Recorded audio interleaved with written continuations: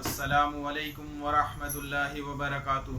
میرے بھائیوں، دوستوں، بزرگوں اور ساتھیوں، آج کی ویڈیو کے اندر میں کچھ اہم بات چیت آپ سے کرنا چاہتا ہوں کہ اس وقت جو مسلمانوں کے موجودہ حالات ہیں اور ہم جن حالات سے دوچار ہو رہے ہیں، ان حالات کی وجہ کیا ہے اور یہ حالات ہم پر کیوں آ رہے ہیں، ان حالات کے اوپر ہم سب کو غور اور فکر کرنے کی ضرورت ہے۔ اسی کے بارے میں آپ سے تھوڑی سی بات چیت کرنا چاہتا ہوں۔ بات چیت شروع کرنے سے پہلے آپ سبھی سے بڑی درخواست ہے کہ درود شریف پڑھیں۔ اللہم صلی علی محمد وعلی آل محمد کما صلیت علی ابراہیم وعلی آل ابراہیم انک حمید مجید۔ اللہم بارک علی محمد وعلی آل محمد کما بارکت علی ابراہیم وعلی آل ابراہیم انک حمید مجید۔ اعوذ باللہ من الشیطان الرجیم، بسم اللہ الرحمن الرحیم۔ میرے بھائیو، دوستو، ساتھیوں، آج اس وقت موجودہ حال کے اندر ساری دنیا کے انسان پریشان ہیں۔ ایک بات یہ بڑی غور کرنے کی ہے کہ صرف مسلمان پریشان نہیں ہیں بلکہ تمام دنیا کے انسان پریشان ہیں۔ آج ہم لوگ اپنے آپ کو یہ کہہ رہے ہیں کہ مسلمان پریشان ہیں، تو ایک بات غور کرنے کی یہ ہے کہ صرف مسلمان پریشان نہیں ہے بلکہ تمام انسانیت پریشان ہے۔ اور میں اس بات کو یہ سمجھتا ہوں، قرآن اور حدیث کے نظریے سے یہ بات سمجھ میں آتی ہے کہ یہ کائنات اس وقت تک باقی رہے گی جب تک اس دنیا کے اندر ایک بھی ایمان والا، اللہ اللہ کہنے والا باقی رہے گا۔ تو دنیا کے اندر جتنے بھی فیصلے ہوں گے، چاہے وہ اچھے فیصلے ہوں یا وہ برے فیصلے ہوں، وہ مسلمانوں کے ایمان اور اعمال کی بنیاد کے اوپر ہوں گے۔ میرے بھائیو، ساتھیوں، اللہ تعالیٰ کی قدرت کا، اللہ تعالیٰ کی جو قدرت ہے اس کا اسباب سے کوئی تعلق نہیں ہے۔ اللہ تعالیٰ کی قدرت کا اسباب سے کوئی لینا دینا نہیں ہے، اسباب سے کوئی تعلق نہیں ہے۔ اسباب تو صرف اللہ تعالیٰ کی ذات کا تعارف کرانے کے لیے ہیں، ہاں، بلکہ اللہ تعالیٰ کی جو قدرت ہے اس کا تعلق مسلمانوں کے ایمان اور اعمال سے ہے۔ اس لیے اس وقت موجودہ حال کے اندر یہ بات کہنا کہ صرف مسلمان پریشان ہیں، یہ بات بالکل غلط ہے، بلکہ تمام انسان پریشان ہیں۔ اور صرف ایک بات یہ کہہ دینا کہ تمام انسان پریشان ہیں، بلکہ میں تو یوں کہوں گا کہ اس وقت تمام انسان پریشان ہیں اور مسلمانوں کی وجہ سے پریشان ہیں، کیونکہ اس کائنات کا وجود مسلمانوں کی وجہ سے ہے۔ اگر یہ سارے برے فیصلے ہو رہے ہیں اور میرے بھائیو، ساتھیوں، یہ برے فیصلے ہمارے برے اعمال کا نتیجہ ہیں۔ ہاں، ایک بات اور یہ سمجھنے کی ہے، اس وقت مسلمان اپنے آپ کو مظلوم بنا کر کے پیش کر رہا ہے، اپنے آپ کو مظلوم بتا رہا ہے۔ میرے بھائیو، ساتھیوں، مظلوم کی صورت کیا ہے آپ یہ سمجھے تو صحیح۔ میرے بھائیو، ساتھیوں، ہم صبر کرنے والے ہیں یا نہیں ہیں؟ اگر ہم صبر کر رہے ہیں اور صبر کرتے ہوئے ہمارے اوپر کوئی حال آیا ہے تو ہم مظلوم کہلائیں گے۔ اور میرے بھائیو، ساتھیوں، اس سے پہلے یہ بات بھی سمجھنے کی ہے کہ مظلوم کب بنیں گے اور صبر کہتے کس چیز کو ہے۔ میرے بھائیو، ساتھیوں، جب بنی اسرائیل کی جو قوم ہے، اللہ تبارک و تعالیٰ نے ان کے ساتھ میں سارے وعدے پورے کیے ہیں، سارے وعدے جو اللہ پاک نے ان سے کیے وہ پورے کیے ان کے ساتھ میں۔ میرے بھائیو، ساتھیوں، وہ ان کے صبر کرنے کی بنیاد پہ پورے کیے گئے۔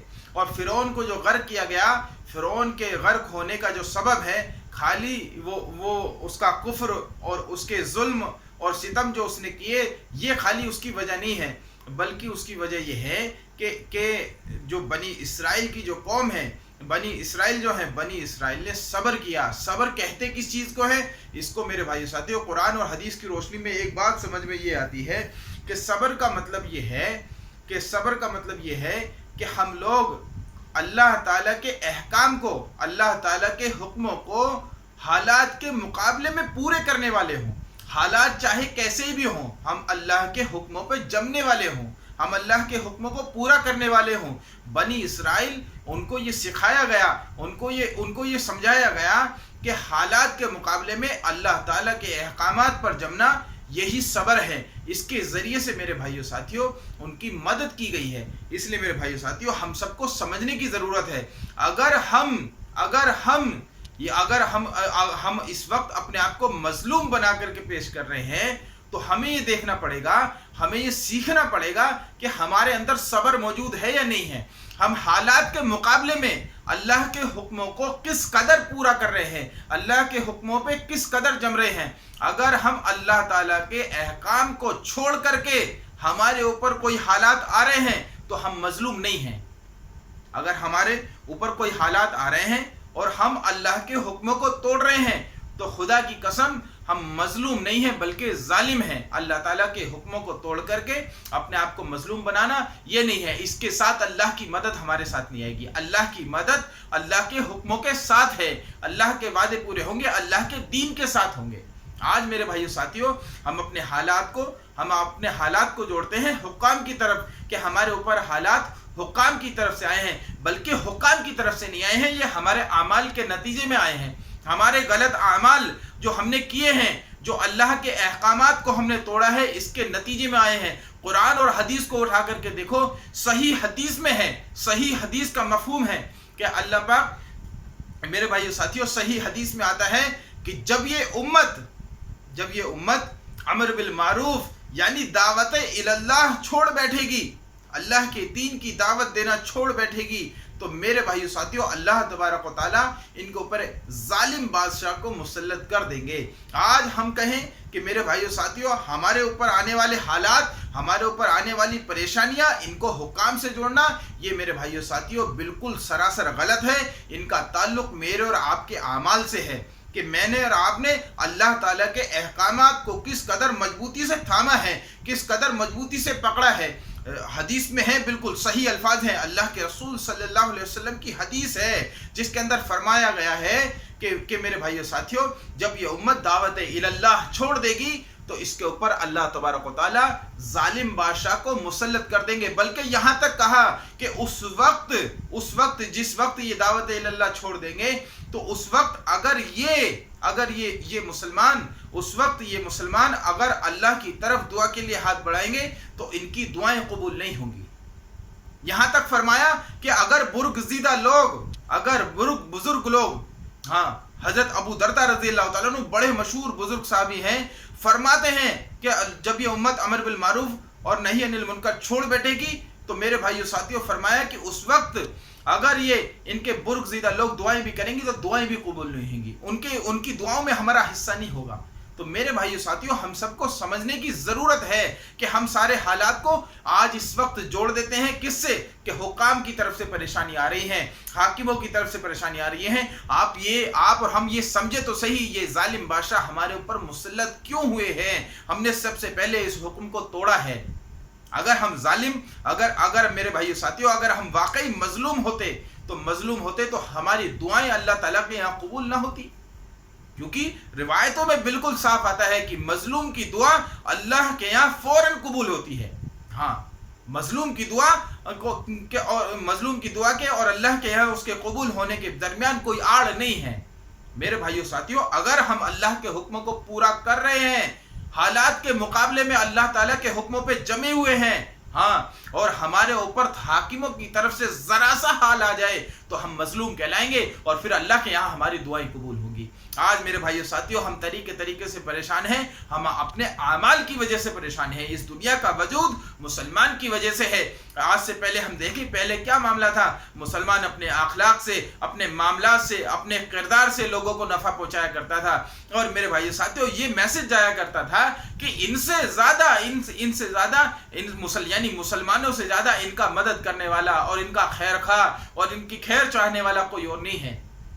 میرے بھائیو ساتھیوں ہم اپنے حالات کو سمجھتے نہیں ہیں کہ ہمارے ساتھ حالات کیوں آ رہے ہیں اور کیا معاملہ پیش آیا ہے۔ حضرت ابو بکر صدیق رضی اللہ تعالیٰ عنہ بڑے صحابی ہیں، سفر میں تھے، سفر میں دودھ کی حاجت پیش آئی، دودھ کی ضرورت پیش آئی، اللہ کے رسول صلی اللہ علیہ وسلم کے لیے آپ کے لیے دودھ کی تلاش میں نکلے ہیں، دودھ کی تلاش میں نکلے تو میرے بھائیو ساتھیوں ایک مشرکہ عورت ایمان والی نہیں ہے، مشرکہ عورت، اس بات کو توجہ سے سننے کی ضرورت ہے کہ ایک مشرکہ عورت بکریاں چرا رہی ہے، بکریاں چراتے ہوئے ملی ہے اس سے کہا حضرت ابو بکر صدیق رضی اللہ تعالیٰ عنہ نے کہ مجھے دودھ کی ضرورت ہے، تمہارے پاس کوئی بکری ہے جو مجھے جس سے دودھ مل جائے؟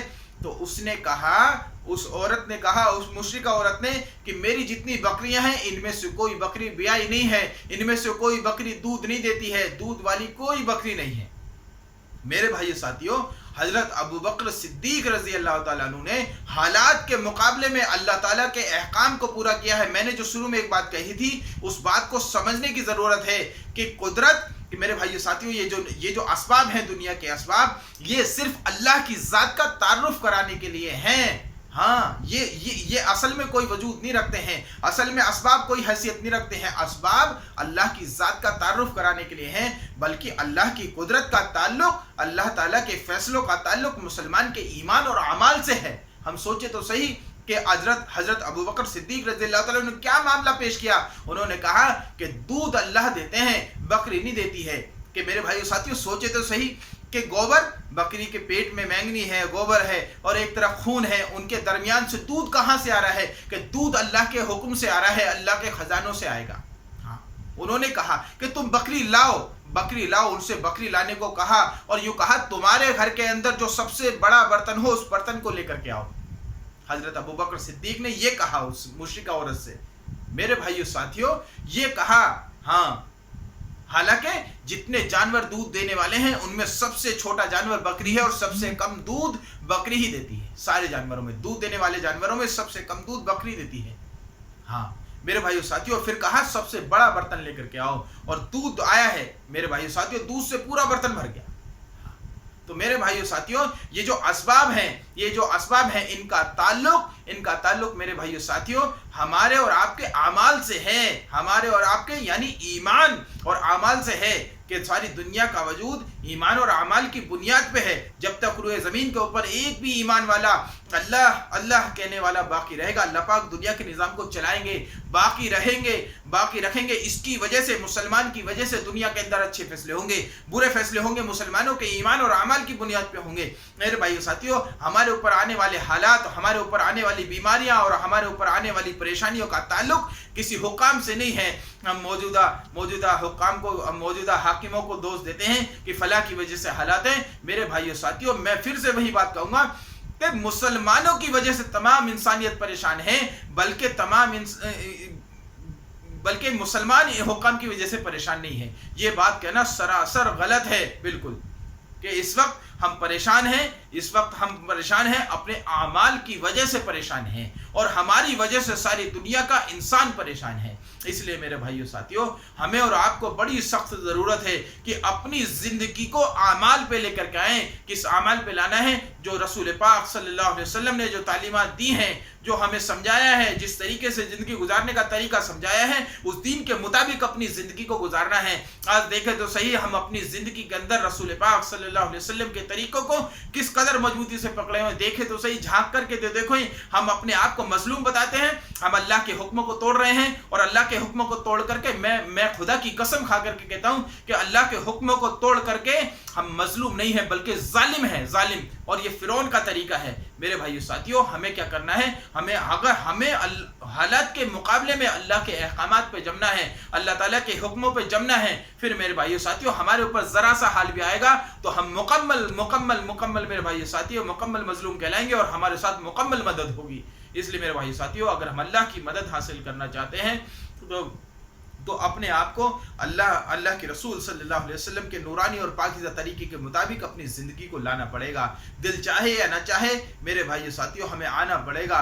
جہاں رسول پاک صلی اللہ علیہ وسلم بتا کر کے گئے وہاں آنا پڑے گا۔ اس لیے میرے بھائیو ساتھیوں، آپ سبھی سے بڑی عاجزانہ درخواست ہے کہ اپنی زندگیوں کو بدلنے کی کوشش کریں، اور حالات کے مقابلے میں اپنے آپ کو اللہ کے دین پر جمانے کی کوشش کریں، اللہ تعالیٰ کے حکموں پر جمنے کی کوشش کریں۔ کیسے بھی حالات آئیں گے، ہم اللہ کے حکموں کو نہیں توڑیں گے، اللہ کے حکموں کو نہیں چھوڑیں گے، اللہ تعالیٰ کی اطاعت کو نہیں چھوڑیں گے، اور رسول پاک صلی اللہ علیہ وسلم کی اطاعت کو نہیں چھوڑیں گے۔ ہماری زندگی کے اندر صبح سورج کے نکلنے سے لے کر کے شام کے سورج کے چھپنے تک، اور شام کے سورج کے چھپنے سے لے کر کے صبح سورج کے نکلنے تک رسول پاک صلی اللہ علیہ وسلم کی زندگی کا نمونہ پیش کریں کریں گے اپنی زندگی کے ایک ایک لمحے کو، چاہے وہ کھانا ہو، پینا ہو، سونا ہو، جاگنا ہو، مکان، دکان، کاروبار، تجارت، شادی بیاہ، ہر طریقے، ہر زندگی کے ہر شعبے کے اندر رسول پاک صلی اللہ علیہ وسلم کے نورانی اور پاکیزہ طریقوں کو داخل کریں گے۔ خدا کی قسم جب ہم اللہ کی اطاعت پہ آ جائیں گے اور رسول پاک صلی اللہ علیہ وسلم کی اطاعت پہ آ جائیں گے تو اللہ کی مدد ہمارے ساتھ ہو جائے گی۔ میرے بھائیو ساتھیو، اللہ کی مدد حاصل کرنے کا یہی ایک طریقہ ہے۔ ہم اگر اپنے حالات کو اسباب کے ذریعے سے دور کرنا چاہیں گے تو اسباب سے دور نہیں ہوں گے۔ اسباب میرے بھائیو ساتھیو نفع اور نقصان پہنچانے میں اللہ کے حکم کے محتاج ہے۔